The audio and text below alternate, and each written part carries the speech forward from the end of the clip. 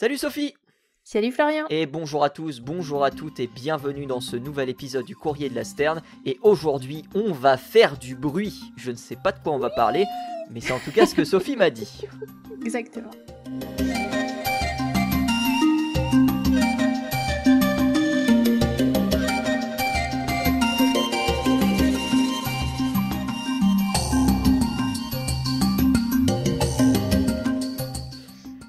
Comment ça va Sophie? Eh bien, très bien, très bien. Faites du bruit pour les piou-piou, allez-y. Ah bah, tout dépend de quel bruit. Si c'est des chants mélodieux ou si en réalité... Eh ben, on va en parler justement, on va en parler de tout ça. Intéressant. Ça, ce Et toi, sera... tu nous parles de quoi Eh du coup du coup, moi, dans la première partie, je vais reparler de la pandémie de Covid. Encore, hein. Mais Allez. on a une nouvelle étude intéressante en direct de Pologne qui est sortie. Et il y a des choses intéressantes à voir. Et ce sera justement après la rétro. Voilà, la fameuse rétro. Avec les sujets qu'on aurait pu évoquer dans le courrier de la Sterne. Mais finalement, on s'est décidé d'en parler juste en pastille de quelques secondes. Sophie, Oui. qu'est-ce que tu as remarqué dans l'actualité? Dans la rétro piou-piou Et dans la rétro piou-piou. On l'appelle comme ça maintenant, la rétro piou-piou? Je sais pas, je trouvais que ça sonnait bien. Eh ben parfait, la rétro piou-piou désormais. C'est vrai que ça fait quelques épisodes qu'on lui cherche un nom. On lui cherche un nom, on n'en a pas. Faut pas hésiter si vous en avez un. Du coup aujourd'hui j'ai envie de parler d'avion pour changer un petit peu. Alors on va rester sur des oiseaux quand même, mais on va parler d'avion avec une histoire de vol d'ailes d'oiseaux qui finalement se déplacent un peu différemment dans l'air que ce qu'on croyait. Avec une nouvelle étude qui est sortie dans un PNAS cette semaine et qui nous explique que sur l'aile des oiseaux, on n'a pas seulement les plumes de vol, vous savez, les fameuses grandes plumes super rigides là, qui servent vraiment à la portance de l'aile, on a aussi des plumes sur le dessus qui sont les plumes de couverture et qui finalement sont pas juste là pour faire joli avec des jolies couleurs ou juste pour couvrir l'aile pour la protéger, je sais pas, du froid ou de ce que vous pouvez imaginer. En fait, ça sert au vol aussi. Alors on n'en avait pas conscience, mais c'est très utile pendant le vol. Ça aide à la portance, mais ça aide aussi et surtout en se relevant un petit peu pendant le vol, notamment au moment des turbulences, et à limiter la quantité de vortex qui va se former autour de l'aile et finalement ok. à conserver de l'énergie lors du vol pour l'oiseau. Et donc cette publication a essayé de reproduire le phénomène sur des ailes d'avion, cette fois-ci avec des modèles réduits évidemment, mais en essayant différentes configurations en quelque sorte, Ok. avec plusieurs types surtout plusieurs quantités de lignes de plumes de couverture sur cette aile figurées par des longues bandes de plastique qui avaient été mises du coup pour voir un petit peu comment ça fonctionnait sous le vent. Et en fait, plus on rajoute de lignes de plumes de couverture, et moins il y a de vortex autour de l'aile d'avion, et Ok. plus il y a de conservation d'énergie, ce qui va quand même aider si on l'utilise ce qui va quand même aider en aéronautique, finalement à réduire la quantité de pétrole qu'on utilise pour faire voler nos avions. Et ça, c'est pas si mal. Ça veut dire qu'on aura des plumes sur les avions bientôt? Non, Et peut-être. Qu'est-ce que t'en penses? Moi, ça me plairait bien. Ah bah ce serait cool, ce serait cool. Mais du coup, ce que j'ai dit à mes élèves le mois dernier, que les plumes de couverture servaient justement qu'à la couverture, je peux le mettre à la poubelle. Exactement. Super. Bon, c'est tout neuf, tu leur diras que ça vient de sortir. Hein, mais les cours, on revient uniquement sur des choses qui sont sorties. C'est pour ça que les cours sont hyper intéressants, c'est que on a toujours des choses intéressantes à apprendre au niveau des oiseaux.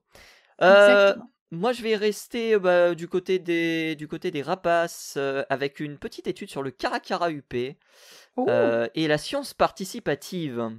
Et l'objectif, c'était de déterminer non pas la migration de l'oiseau, non pas son comportement, quoique si, on parle de comportement, mais surtout, de quoi se nourrit le caracara huppé. Et comme on fait place à la science participative, on a plein de photos qui nous sont remontées avec des caracaras qui tiennent plein de trucs dans leur bec ou entre leurs pattes. Et donc ce qu'on a remarqué, c'est que les caracaras du Nord avaient plus d'inclination pour attraper des reptiles que les caracaras de la population du Sud, qui eux attrapaient davantage d'oiseaux. Voilà. Alors que si on se rapproche plus vers l'équateur, les caracaras huppés attrapent davantage de poissons. Oh, incroyable, hein. Donc voilà, petite étude qui permet de mettre en évidence les différences régionales de la disponibilité en nourriture des proies du caracara huppé, permise grâce à la science participative. C'est top ça. Mais ouais. Génial. Et d'ailleurs, en parlant de participation, j'ai une petite news sur les espèces sociales. Ok. Et du coup, c'est juste une petite publication de l'université d'Oxford qui nous explique que en regardant les oiseaux, les insectes, les mammifères, et puis à peu près tout ce qui peut voler, marcher, courir sous le soleil, sur Terre, on se rend compte que les espèces sociales, elles ont quand même un gros avantage, c'est qu'elles vivent plus longtemps et elles produisent plus de petits au niveau de l'individu. Bon, il y a quelques petits... Évidemment, il y a pas que des avantages à être social, évidemment, hein, il y a aussi d'autres problèmes derrière, mais en l'occurrence, au niveau du temps, de la longévité de l'individu et de la quantité de petits qu'il pourra produire dans sa vie, on est largement gagnant lorsqu'on est une espèce sociale. Okay. Voilà, donc les oiseaux qui vivent en groupe sont capables de produire plus de petits lors de leur vie, et de survivre plus longtemps que ceux qui ne vivent pas en groupe. Incroyable. Voilà. Et on va terminer par une petite anecdote historique que j'ai récupérée dans le podcast qui a inspiré le courrier de la Sterne, No Such Thing as a Fish, que tu connais peut-être, qui est un podcast anglais. Et leur anecdote d'un des derniers épisodes, c'était de parler des plumes des oies. Et il faut savoir qu'entre 1421 et 1423, les Anglais ont privatisé pas moins d'1 190 000 plumes d'oies. Privatisé. Ce qui correspond à 6 plumes par individu dans le royaume. C'est très précis. À ton avis, pour faire quoi donc ? Les plumes d'oies ? Oui. Je sais qu'on écrivait avec à une période, mais est-ce que c'est pas c'est pour encore, écrire avec, non. Des plumes d'oies. On est en pleine guerre de 100 ans, hein. Ça peut t'aiguiller. Avec des plumes d'oies. Ah, est-ce que ça aurait pas été pour mettre sur les aumes non, des chevaliers ? Pas du tout. C'est pas du tout pour l'armure, c'est pour les armes et c'est pour les flèches. Ah, c'est pour les flèches. C'est pour les flèches et donc rajouter des plumes qui étaient justement sur les flèches. Et une autre anecdote raconte qu'il fallait des plumes de mâle et des plumes de femelle à des endroits particuliers de la flèche pour que celle-ci vole mieux.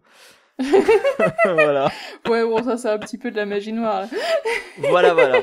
Donc ce sont quasiment 1 200 000 plumes qui ont été récupérées pour 400 000 flèches qui ont été réalisées au cours de la guerre de 100 ans entre 1418 et 1422. Je reprécise un petit peu les dates. Voilà.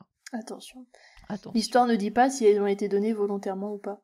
Je pense que quand on parle de royaume d'Angleterre, je pense que ce n'est pas un don.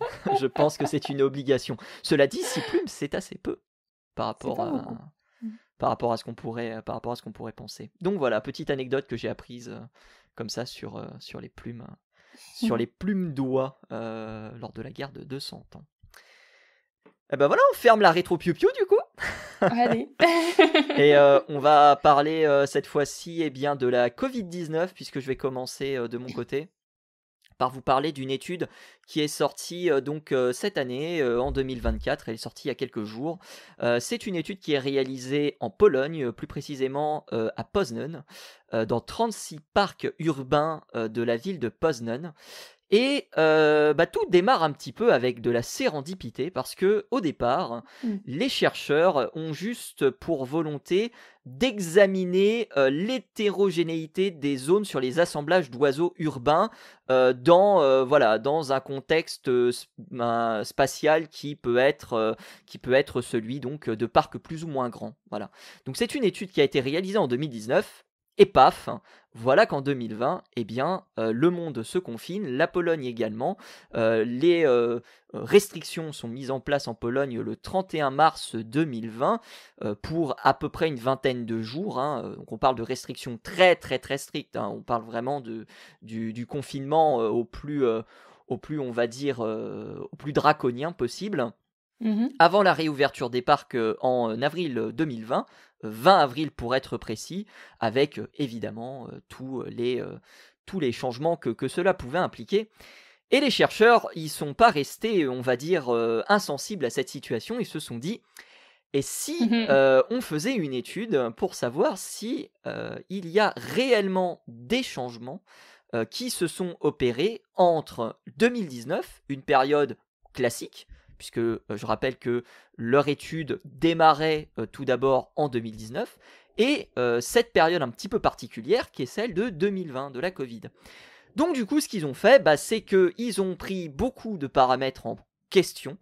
Ils ont notamment regardé si les bruits de fond pouvaient être problématiques pour les oiseaux.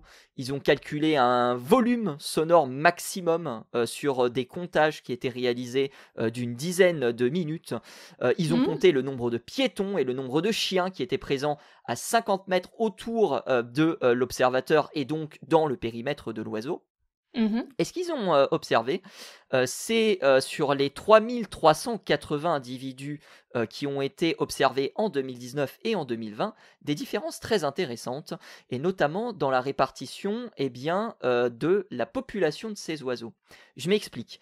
On a identifié 72 espèces en 2019, 73 espèces en 2020. Sur les 3380 individus, c'est 1912 individus repérés en 2019 et 1467 repérés en 2020. Et on est sur un nombre moyen d'oiseaux qui était de 53,14 en 2019 et qui passe à 40,72 en 2020. C'est une diminution qui est quand même assez intéressante à identifier. Et donc, les chercheurs se sont dit, on va regarder du côté du régime alimentaire des oiseaux. Et patatras, ils ont trouvé un truc très intéressant. Donc, ils ont répertorié les oiseaux en 4 catégories, granivores, insectivores, omnivores et carnivores. Et ils ont rajouté une petite catégorie supplémentaire qui, sur le graphique de l'étude, qui est d'ailleurs en open access, on vous fournira bien sûr les liens dans la description, vous en avez l'habitude. Il y a un petit W qui est accolé à certains petits noms. Ce W signifie waste, c'est-à-dire que ce sont des oiseaux qui peuvent se nourrir du déchet apporté par les humains. Donc on a par exemple le moineau domestique, on a le pigeon biset, on a des oiseaux assez classiques. On a des oiseaux un peu particuliers.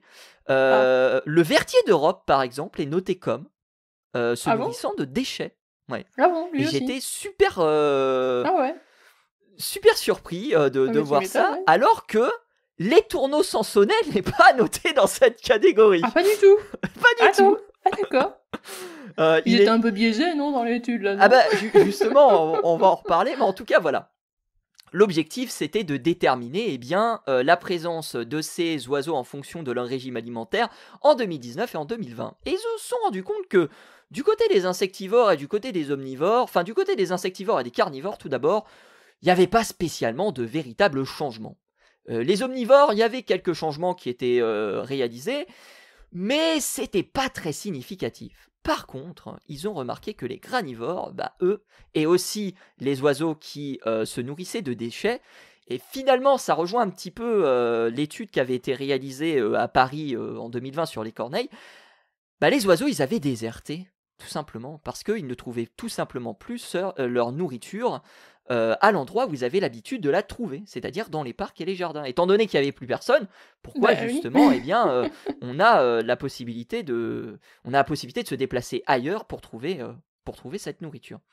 Et donc ce qui est assez intéressant, alors ils ont fait un test que je ne connais pas, Sophie, c'est la première fois que je le vois, c'est le test de Wilcoxon. Peut-être que ça te dit quelque chose. Est-ce que tu veux peut-être en rajouter quelques mots avant que je poursuive, histoire de préciser un petit peu. D'accord, ok, très bien. Je suis pas très douée en statistiques, très honnêtement. Grosso modo, peut-être pas. Grosso modo, d'après ce que je comprends sur les graphiques, ils ont trouvé qu'il y avait quand même une différence assez importante. Donc, lorsqu'ils ont élaboré ce test pour les oiseaux qui sont granivores et pour les oiseaux qui sont, se nourrissant de déchets. Et ça. C'est un peu, on va dire un peu contradictoire avec pas mal d'autres études qui avaient été réalisées qui montraient qu'en contraire, en présence ou plutôt en non-présence d'humains, on avait une biodiversité d'animaux qui était quand même plus importante qu'à l'accoutumée. Or, cette étude nous démontre exactement le contraire, étant donné que justement, les granivores, eux, se sont fait la malle. Donc, il conclut que les résultats indiquent que la diminution de l'activité humaine en plein air a conduit à une réduction de l'apport alimentaire des oiseaux. Ça, évidemment, c'est ce que l'on pouvait dire. Néanmoins, tu l'as dit, il y a quand même pas mal de biais dans cette histoire. On part forcément de les tourneaux sans sonnet, mais il y a beaucoup de choses que les chercheurs n'ont pas pu tester. Et notamment le fait que on soit sur une seule période de 2 années. On est sur 2019 et 2020. Donc finalement, on a assez peu d'amplitude pour étudier le phénomène. Et donc ils disent par exemple que les granivores ont peut-être tout simplement décidé de visiter les parcs pendant le confinement parce que le moins de nourriture supplémentaire était disponible. Et oui, les mesures étaient draconiennes justement lors de ce confinement. Les observations n'ont pas pu être faites par les chercheurs. Donc il se peut tout simplement que ces oiseaux se soient nourris lors justement de cette période où les chercheurs ne pouvaient pas les observer puisque ils étaient confinés. Voilà. Et ils disent que leurs données ne permettent pas de vérifier cette hypothèse. Ils disent également que il y a pu avoir, par exemple, une adaptation des oiseaux qui ont changé leur façon, justement, de consommer. Et ils prennent l'exemple d'une étude de 2021 qui avait été réalisée à Singapour, avec à nouveau des pigeons bisets, qui avaient déplacé leur régime alimentaire, voyant que leur source d'alimentation primaire, c'était tari. Donc ils avaient changé leur régime alimentaire, ils étaient revenus à un régime alimentaire, on va dire, un petit peu plus traditionnel. Et puis, il évoque aussi assez rapidement qu'il y a pu avoir des sources d'alimentation complémentaires qui ont pu être posées dans les jardins, avec notamment des mangeoires qui ont été alimentés par rapport à la situation qui a été celle de la Covid. Et ils terminent leur étude finalement, et là je vais les citer, donc ne soyez pas surpris. Ils disent que notre échantillonnage n'a couvert qu'une année, donc ça c'est un fait, année avant et pendant la pandémie, donc ils ne peuvent pas forcément être certains du changement du nombre d'espèces entre les 2 années d'études. Et puis on l'a dit, il y a d'autres explications qui peuvent s'expliquer. On peut avoir par exemple un changement météo. On sait que la météo est très importante dans le choix de la nourriture des oiseaux, et notamment leur impact qu'ils peuvent avoir lors de la reproduction, parce que cette période mars-avril correspond pour certains au début de la reproduction, pour d'autres à une reproduction qui est déjà bien avancée. En tout cas, on est déjà en train de couver, voire on commence déjà à voir les petits. On peut aussi avoir des changements au niveau de la maladie qu'ont pu avoir certains oiseaux. Ça, c'est aussi des choses qui n'ont pas été testées. On pense par exemple à certains virus qui frappent certains oiseaux, et notamment le verdier d'Europe, qui est classé comme étant un oiseau se nourrissant de déchets dans l'étude, et puis aussi au déclin général de la population des terres agricoles qui, elles, sont également granivores. Donc il y a plein de choses qui n'ont pas été testées, mais c'est une nouvelle étude qui apporte, on va dire, un peu plus de nuances par rapport aux autres études qui étaient, on va dire, un petit peu plus formelles, en mode les gens ont été confinés, les oiseaux ont fait la teuf, les oiseaux sont sortis du bois. Là, on se rend compte que, mine de rien, certaines catégories d'oiseaux se nourrissant spécifiquement de graines ou autres, ont pu être impactés de manière plus ou moins importante lors de cette pandémie. Tu as raison de le dire, mais après ça concerne aussi des espèces qui finalement de base sont pas forcément en voie de disparition non plus, vu qu'elles survivent grâce à nous, et c'est des espèces qui sont très acclimatées à vivre à côté de l'humain au final, donc c'est pas non plus les espèces qu'on a forcément envie de auxquelles on a vraiment envie de faire gaffe. On a souvent les actions de conservation se concentrent plus sur d'autres espèces, donc c'est vrai que celles-là sont pas les plus étudiées de ce point de vue-là, à cause de ça, je pense. Donc c'est aussi l'un des biais qu'on a, c'est peut-être pour ça que cette étude c'est un peu toute seule dans le paysage comparée aux autres finalement. C'est une possibilité effectivement, et après on est sur l'abondance de certains oiseaux, donc la présence espèce par espèce en nombre d'espèces des oiseaux, et on voit quand même que on a une bonne diversité, mais on a quand même beaucoup d'effectifs qui sont très bas. On a par exemple des oiseaux qui sont à 6 individus qui ont été observés sur les 2 ans. Donc finalement, on a un gros pool représentatif de quelques espèces. On pense aux pigeons bisets, on pense à la pie bavarde, on pense à les tourneaux sansonnets parmi les plus importantes. Mais c'est vrai que lorsqu'on regarde le graphique d'abondance, qui sera d'ailleurs la figure 1 de l'étude, on marque qu'il y a quand même énormément d'espèces qui sont à 1, 2, voire 5, 6 individus. Est-ce que c'est vraiment représentatif du paysage ornithologique de la ville de Poznan ? C'est aussi une question à se poser. Eh oui, effectivement. Mais ça, c'est un problème d'échantillonnage après. Absolument. Et c'est peu ou prou ce qui est dit dans l'étude. Mais c'est une réflexion intéressante menée par Patricia Patricia et son équipe.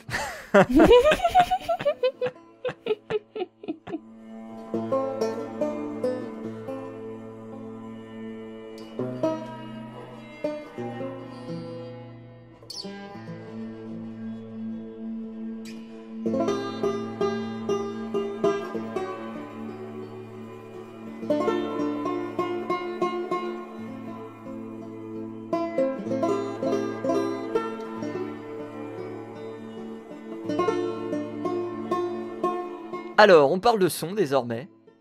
Oui, on va avoir du son ce soir. Alors, on parle de quoi de son ? Parce qu'on peut parler de chant, on peut parler de booming, on peut parler de cris. On peut parler de plein de trucs. On peut parler de plein de trucs. Je suis curieux. Plein de trucs. Je suis curieux. Et ben aujourd'hui, on va parler de son, mais alors pas forcément le son qu'on a envie d'entendre, on va parler de bruit. Et le bruit, notamment de la rue, des voitures, bref, le bruit du trafic.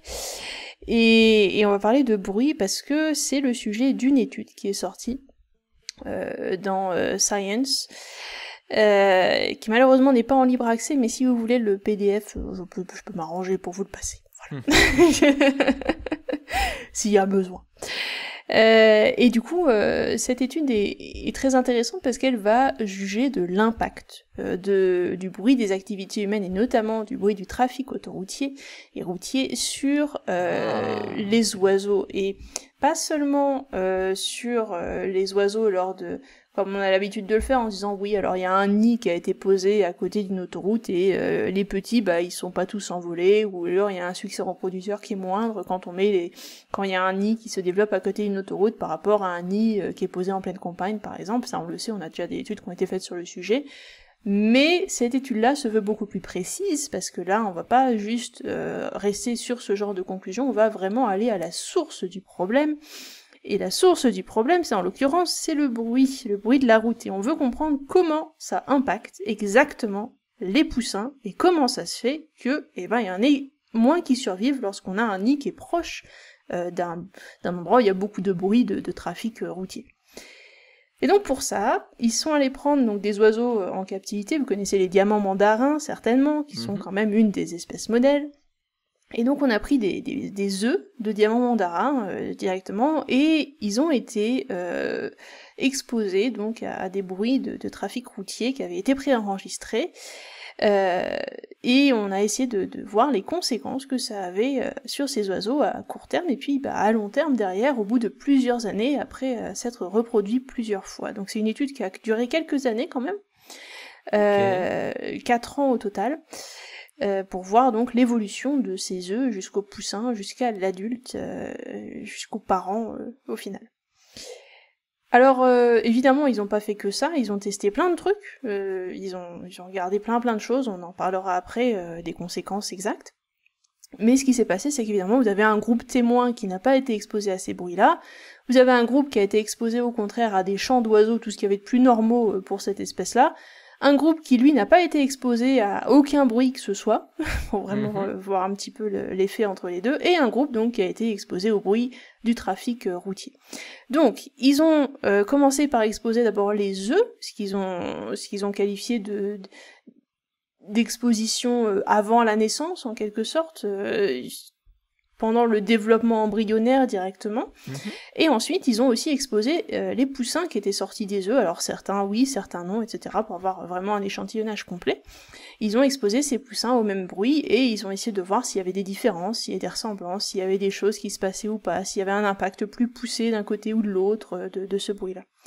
Et ce qui est très intéressant dans l'étude, c'est que les parents, par contre, qui venaient nourrir les poussins, eux, n'étaient pas du tout exposés au bruit du trafic. Donc ce qui permettait d'annuler, en fait, l'effet du bruit sur les adultes, et de se dire que c'était pas, du coup, s'il y avait une différence entre les poussins qui ont été exposés au bruit ou pas, c'est pas à cause des parents qui peut-être étaient un petit peu dérangés par le bruit, qui du coup nourrissaient peut-être plus autant qu'ils auraient dû le faire normalement, etc. Donc il n'y avait pas d'impact du parent lui-même sur le poussin, il y a vraiment que l'impact du bruit dans ce cas-là. Et c'est ça qui est intéressant. Alors, ce qui s'est passé et les conclusions de l'étude sont quand même assez frappantes, et c'est très très très visible dans leurs stats. Vous verrez, il y a plein de petits graphiques très sympathiques. En l'occurrence, l'exposition à ce genre de bruit de trafic routier a un impact énorme sur le développement de l'oiseau. Ça a un impact notamment plus important lorsque l'oiseau l'entend quand il est encore à l'état d'embryon, donc dans son œuf. Ça a un impact un peu moins important lorsque l'oiseau l'entend après, lorsqu'il est poussin et qu'il est sorti de l'œuf, mais ça a quand même un impact.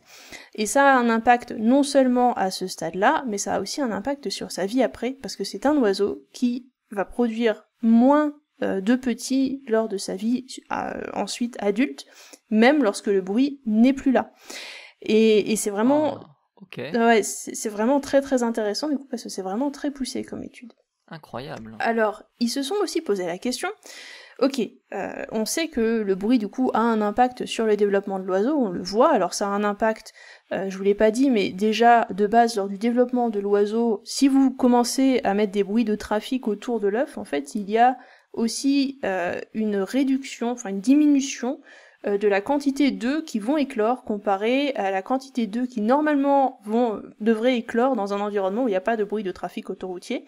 Et normalement, si vous savez un peu comment ça fonctionne, lors du développement embryonnaire chez un oiseau, le poids de l'œuf va se modifier tout au cours du développement, et normalement les œufs qui ont un poids plus important sont les plus à même d'éclore, et c'est généralement ceux qui ont les meilleures chances de survie dans le nid comparé aux autres. Et ben là en fait c'est plus ou moins l'inverse qui va se produire, parce que lorsque vous avez des bruits de trafic, et ben c'est les œufs qui, peu importe le poids de l'œuf au final, il y a tout autant de chances qu'ils n'éclosent pas à la fin, et que du coup le développement ne se passe pas bien. Et c'est très, donc ça impacte déjà au niveau de l'éclosion, on va avoir un succès reproducteur qui va être un peu moins important. Et ensuite, lors du développement du jeune oiseau, eh bien on va avoir des jeunes oiseaux qui vont se développer moins rapidement que les oiseaux qui ne sont pas soumis à ce stress, qui vont avoir donc une croissance qui va être ralentie par rapport aux autres oiseaux qui entendent juste des chants normaux, et qui vont du coup se retrouver plus petits et plus chétifs, en quelque sorte, comparé à des oiseaux d'âge similaire qui n'auraient pas subi ce même stress. Donc rien que ce stress auditif a un impact extrêmement important sur le développement embryonnaire, et ensuite sur le développement du poussin. Donc rien que ça, déjà de base, c'est important. Alors moi j'ai... Ensuite... Ah pardon. Oui, vas-y. Non, vas-y. Alors, quand tu parles de trafic routier, tu parles de trafic autoroutier, tu parles de trafic de ville. Est-ce qu'il y a des réflexions qui se sont faites sur est-ce que, par exemple, un trafic en ville stresserait moins les poussins qu'un trafic autoroutier ? Alors, ils n'ont pas été vraiment dans le détail à ce niveau-là, mais c'était juste des bruits de voitures et d'autres klaxons et trucs préenregistrés qui passaient à répétition aux poussins et aux œufs. C'est tout. Pas spécialement à un niveau sonore très élevé d'ailleurs, mais c'était juste ce bruit-là répétitif tout le temps qui passait aux jeunes et aux embryons. Ok, d'accord. Voilà. Donc après, il n'y a pas eu de différence entre eux. Est-ce que c'est la route, est-ce que c'est l'autoroute, est-ce que c'est juste une petite voie où il y a peut-être une voiture qui passe 2 fois par jour ? Je serais curieux de savoir s'il y a une différence fondamentale entre les différentes voie de circulation. Je suis sûre qu'il y a une différence, parce que clairement, là, rien que... C'était pourtant pas un niveau très très très fort, si tu veux, c'était juste le nombre de décibels. Alors je sais plus exactement, il faudra regarder exactement, okay. mais le nombre de décibels n'était pas extrême, mais je pense que c'est la répétitivité du son et toujours avoir ce stress constant, permanent, qui fait que ça a clairement induit un problème de croissance chez ces jeunes. Et ça se voit d'ailleurs non seulement dans la croissance physique de l'animal, mais ça va se voir aussi au niveau des cellules et au niveau de leur ADN, et c'est ça qui est assez fou, parce que vous savez que dans votre ADN, donc c'est structuré par chromosomes, et au bout de ces chromosomes, vous avez des structures qu'on appelle des télomères, ces télomères qui sont en fait des structures d'ADN non codantes qui vont servir à répliquer ensuite votre ADN pour pouvoir faire une division cellulaire après pour que vous ayez deux cellules filles qui aient la même quantité d'ADN d'un côté et de l'autre. Si vous n'avez pas ces télomères, la réplication se passe très mal parce que vous allez perdre un bout de l'ADN codant qui va être nécessaire pour vos gènes et pour ensuite produire vos protéines. Donc ces télomères sont extrêmement importants et tout au long de votre vie, ces télomères vont se raccourcir petit à petit au fur et à mesure des divisions cellulaires. Il n'y a pas grand-chose que vous puissiez faire contre ça, malheureusement. C'est comme ça que ça marche. Et ce qu'on va retrouver avec ces oiseaux, c'est que, en fait, les télomères des oiseaux qui ont été soumis au stress sont jusqu'à 50% plus courts que ceux des oiseaux qui n'ont pas été soumis à un stress, avec du trafic routier juste à côté. Ça veut dire qu'en fait, leur espérance de vie a été réduite de 50%. Ce qui est quand même pas mal, mine de rien. Donc, c'est ouf. C'est vraiment... Ça a un impact encore pire que ce qu'on imaginait, au final. Incroyable. Et ça, donc ça a évidemment une conséquence sur la vie de l'oiseau, donc on a dit sur son espérance de vie, mais ça a aussi ensuite une conséquence sur le reste de sa vie, et en l'occurrence, même si vous retirez ensuite ces bruits de trafic routier, parce que la dernière phase de l'expérience, c'était de prendre les jeunes donc qui avaient été élevés en captivité avec du son ou pas, en fonction des cas, de les mettre tous dans une volière et de les laisser se reproduire comme ils le souhaitaient et voir un peu les résultats qu'ils pouvaient en tirer. Et lors des 2-3 années donc restantes où ils ont laissé tous ces oiseaux en communauté, ils se sont rendus compte que les oiseaux qui avaient été élevés avec un bruit de trafic constant, finalement, ils se reproduisaient beaucoup moins bien et avec beaucoup moins de succès que ceux qui n'avaient pas été élevés avec ce bruit de trafic. Et ceux-là même qui n'étaient plus soumis au stress à ce moment-là de leur vie, parce que la volière extérieure n'était pas proche d'une route ou quoi que ce soit, il n'y avait plus les sons en question. Donc en fait, ce stress qu'ils avaient eu lors de leur enfance, en quelque sorte, ne les a pas quittés de toute leur vie et a fait en sorte qu'après leur succès reproducteur soit moindre, malgré le fait qu'ils n'étaient plus présents. Donc c'est quelque chose dont on n'a pas conscience. C'est vrai, quand on parle de nuisances ou de pollution, on parle souvent de problèmes chimiques, on parle de pollution lumineuse, des fois aussi, ça nous arrive, mais on parle pas souvent de pollution sonore. Absolument. Et en l'occurrence, cette pollution sonore, il semblerait qu'elle ait un impact beaucoup plus grand que ce qu'on avait pu penser au début, et ça c'est un petit peu inquiétant quand même. Et c'est quelque chose qu'on a du mal à mesurer, puisque je pense que le diamant mandarin doit avoir une espérance de vie qui est très faible. Oui. Donc forcément, on n'a pas la possibilité on va dire, de le mesurer comme si on avait affaire à des oiseaux ayant une espérance de vie plus importante, comme des rapaces ou ce genre de choses. Donc, ouais, c'est une étude très très intéressante et un poil inquiétante aussi, parce que... Ouais, très inquiétante, ouais. Parce qu'en fait, on pense aux oiseaux, évidemment, mais finalement, et nous... Pour tous les animaux aussi. Voilà. Quel impact ça a, au final, nos activités humaines, quel impact ça a sur tout ce qu'on a autour de nous au niveau du bruit? On n'en sait rien, au final. On n'a pas beaucoup d'idées d'à quel point ça peut déranger les autres espèces.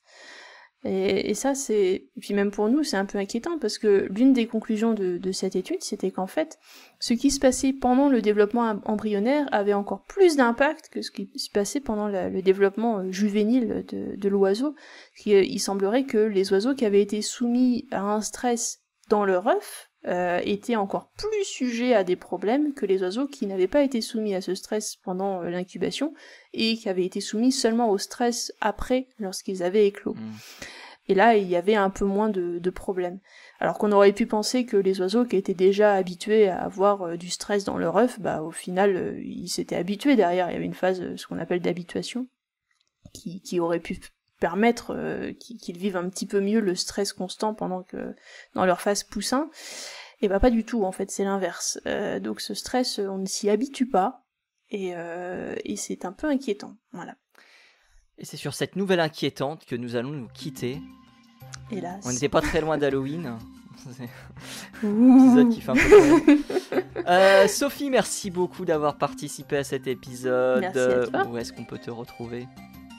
Comme d'habitude, sur Twitter, @leplumeux, sur Instagram, leplumeux aussi, et sur YouTube, sur la chaîne Entracte Science. Et sur YouTube également, pour retrouver le courrier de la Sterne dans tous les flux de podcast quand les flux de podcast remarcheront. À l'heure actuelle où on tourne, nous, au début novembre, ce n'est pas le cas, mais je pense que ça va pas tarder à se régler.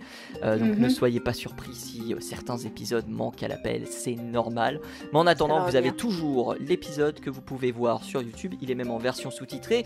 Et vous pouvez même envoyer quelques commentaires si vous avez des questions par rapport aux épisodes, ou si tout simplement vous voulez discuter d'oiseaux. On sera très content de répondre à toutes vos questions ou à toutes vos affirmations.